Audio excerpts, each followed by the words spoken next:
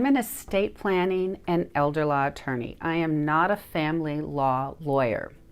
Typically, when you think of prenups, prenuptial agreements, those are done by family law attorneys. So the spouse 1 will have their own attorney, spouse 2 will have their own attorney.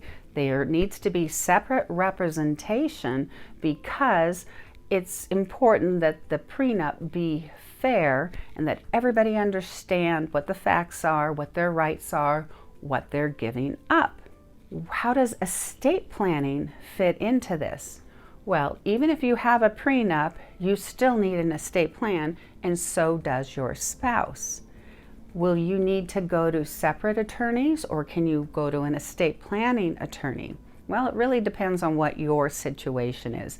Typically at ELG Estate Planning, when we work with clients, we as the law firm represent both of them with their estate plan because they do not have a conflict of interest. It's possible, therefore, that an estate planning attorney can work with both you and your spouse, even if you each have, or even if you've had separate representation before and you have a prenuptial agreement. Everything depends on what your circumstances are, what your situation is. One thing I want to point out that really causes a lot of people some distress and confusion, especially with people who marry later in life. I can give you an example of clients that I worked with. They were both in their 80s and they remarried in their 80s, and they had a prenuptial agreement before they, before they married. And the husband became quite ill to the point that he needed long-term care. And the wife was saying, well, I've got a prenuptial agreement, everything is mine. She had the bulk of the assets. Frankly, it was over $1 million. He had very little assets. So she thought, well, Medicaid, the state should pay for her husband's care because she had a prenuptial agreement that said nothing of hers was his. Well, guess what? The state doesn't care how you characterize your property, community or separate or prenuptial, it makes no difference. If you are married, the state, at least in Washington state, counts all of the assets, no matter whose they are.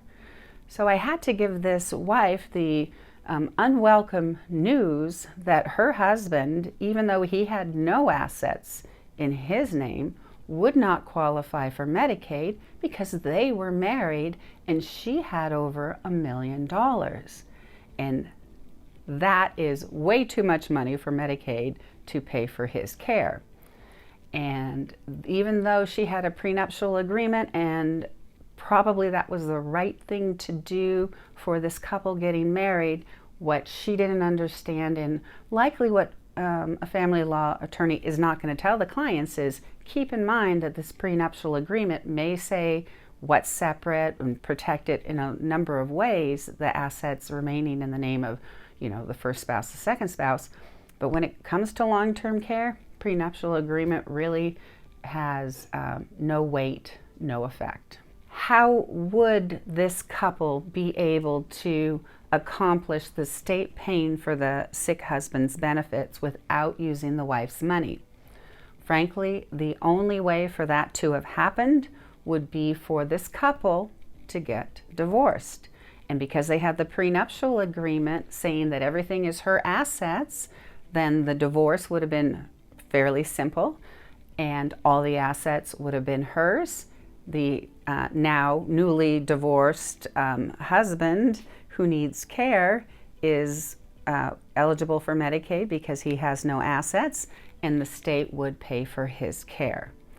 So there is a way to solve this couple's problem, or at least the wife's concern about not paying for her care. Her options were, in other words, divorce her husband or pay for his care. That is oftentimes the situation when you have a prenuptial agreement and it's not going to be honored by the state, by the Medicaid agency. Really, the only solution was for this couple to get a divorce.